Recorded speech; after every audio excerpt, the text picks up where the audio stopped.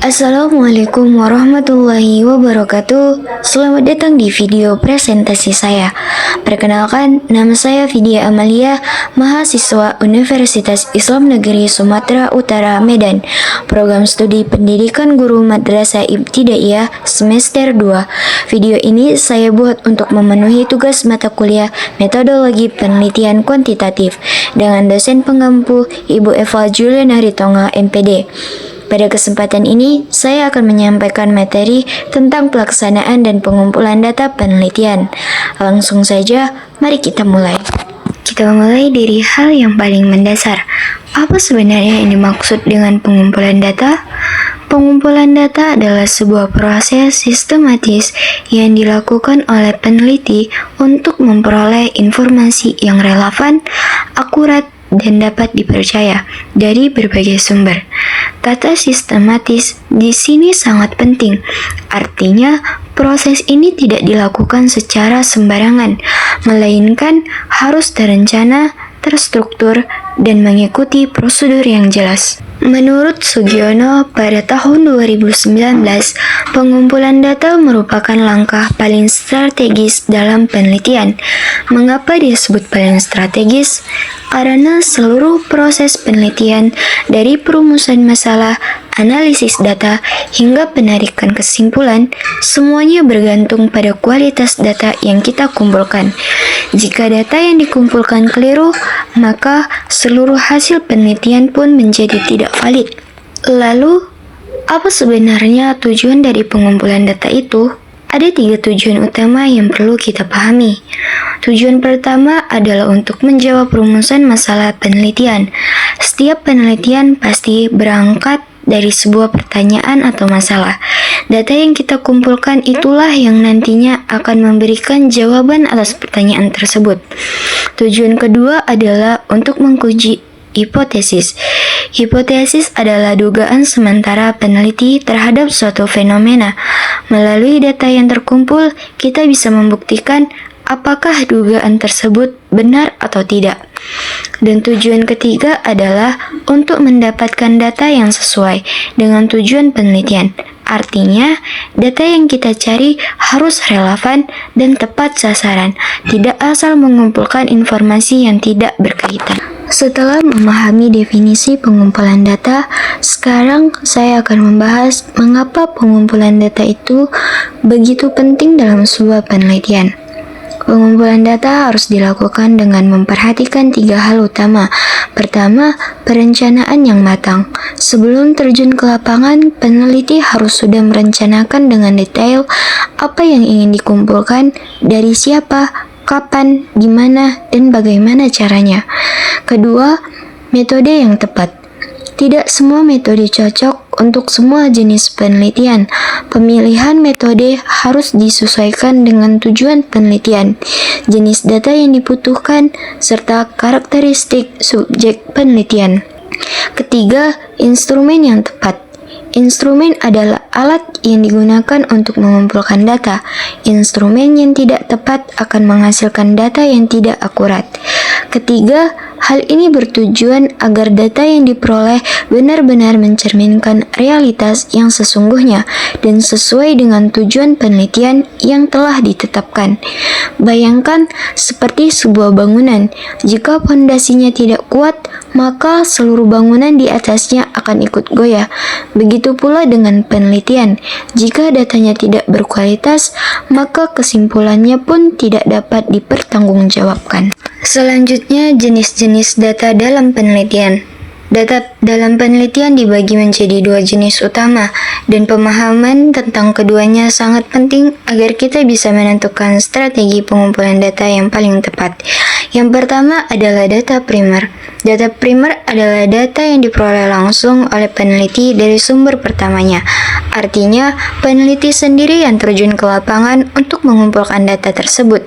Data primer bersifat segar dan spesifik, karena memang dikumpulkan khusus untuk menjawab kebutuhan penelitian yang sedang dilakukan.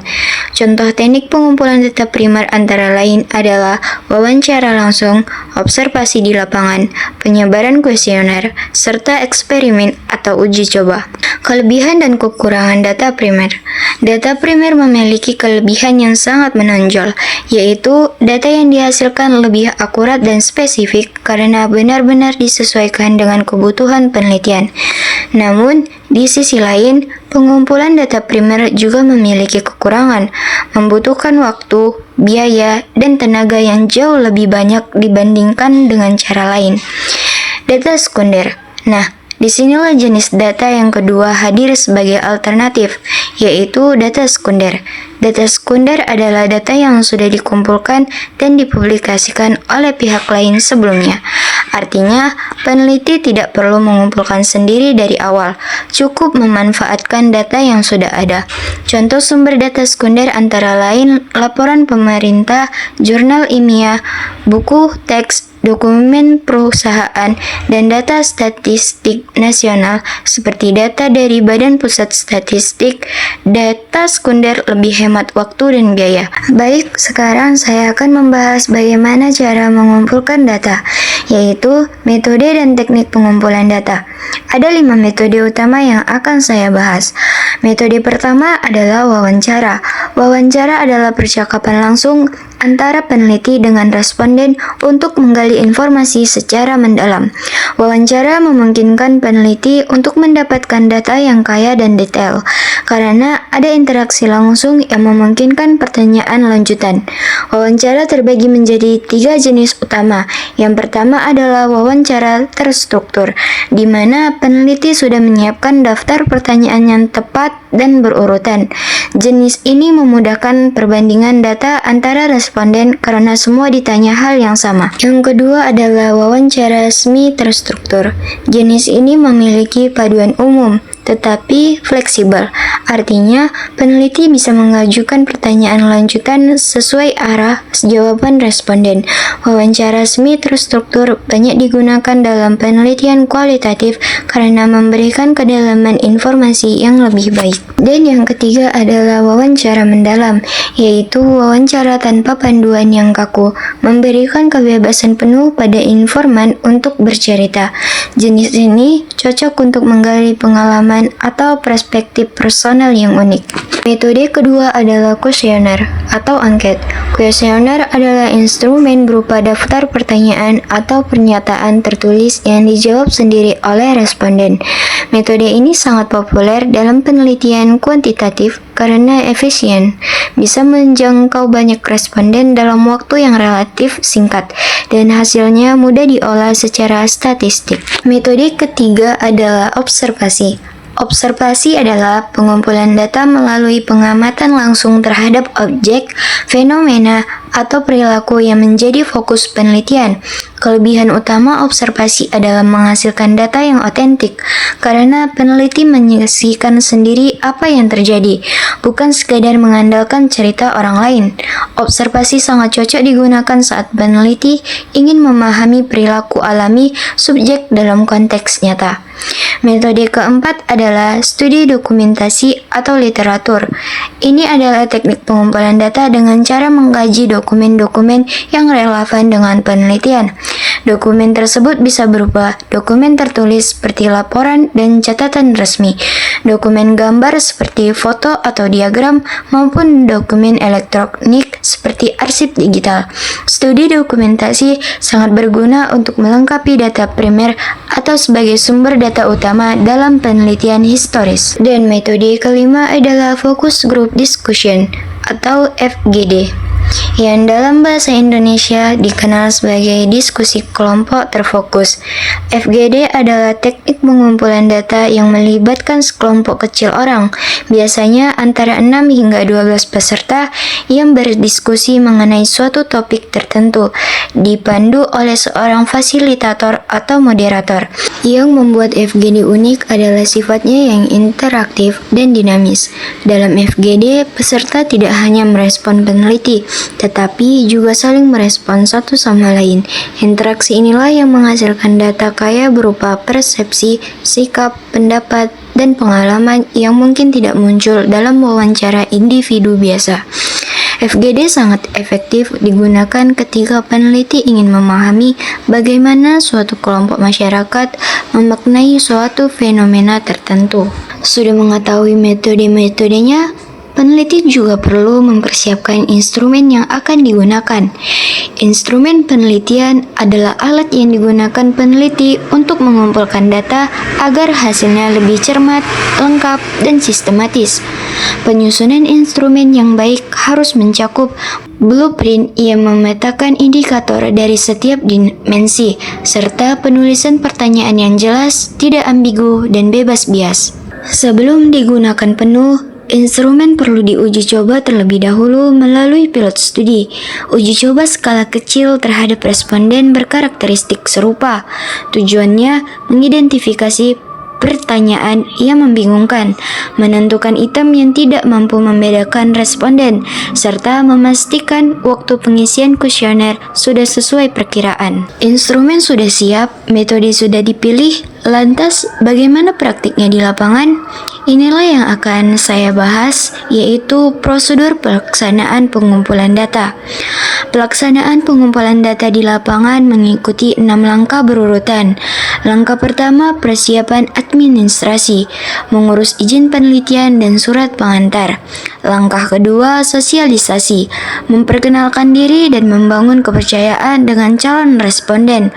Langkah ketiga, menentukan jadwal, menyepakati waktu dan tempat pengumpulan data. Langkah keempat, pelaksanaan pengumpulan data sesuai metode dan instrumen. Langkah kelima, mencatat dan dokumentasi secara lengkap dan akurat. Dan langkah keenam, validasi awal, memeriksa kelengkapan dan konsistensi data saat itu juga. Peneliti juga perlu memperhatikan teknik sampling. Ada 2 jenisnya. Probability sampling, atau setiap anggota populasi punya peluang yang sama untuk dipilih, dan non-probability sampling, atau pemilihan tidak berdasarkan peluang yang sama. Selain itu, manajemen data yang baik meliputi perencanaan, transkripsi, pengkodean, penyimpanan ganda, dan penyimpanan aman. Data sudah terkumpul, tapi bagaimana kita tahu data tersebut benar-benar bisa dipercaya? Pertanyaan itulah yang akan saya bahas, yaitu tentang validitas dan reliabilitas data. Validitas adalah ketetapan instrumen dalam mengukur apa yang seharusnya diukur. 3 jenisnya. Pertama, validitas isi, kesesuaian isi instrumen dengan materi. Kedua, validitas konstruk, kesesuaian dengan konsep atau teori. Dan ketiga, validitas kriteria, hubungan hasil instrumen dengan kriteria tertentu. Selanjutnya, reliabilitas dan triangulasi. Reliabilitas adalah konsistensi hasil pengukuran pada kondisi yang sama.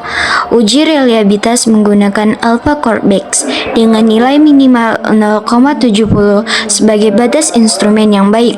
Untuk memperkuat validitas, peneliti juga bisa menerapkan triangulasi, yaitu membandingkan data dari berbagai sumber, metode, dan peneliti secara sekaligus. Setelah membahas aspek teknis penelitian, ada satu hal yang tidak boleh kita lupakan, yaitu etika penelitian dalam pengumpulan data.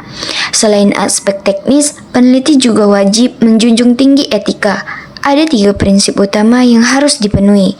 Pertama, Persetujuan sukarela. Peneliti wajib mendapat izin dari responden setelah menjelaskan tujuan, prosedur, resiko, dan hak mereka untuk mengundurkan diri kapan saja. Kedua, kerahasiaan dan privasi.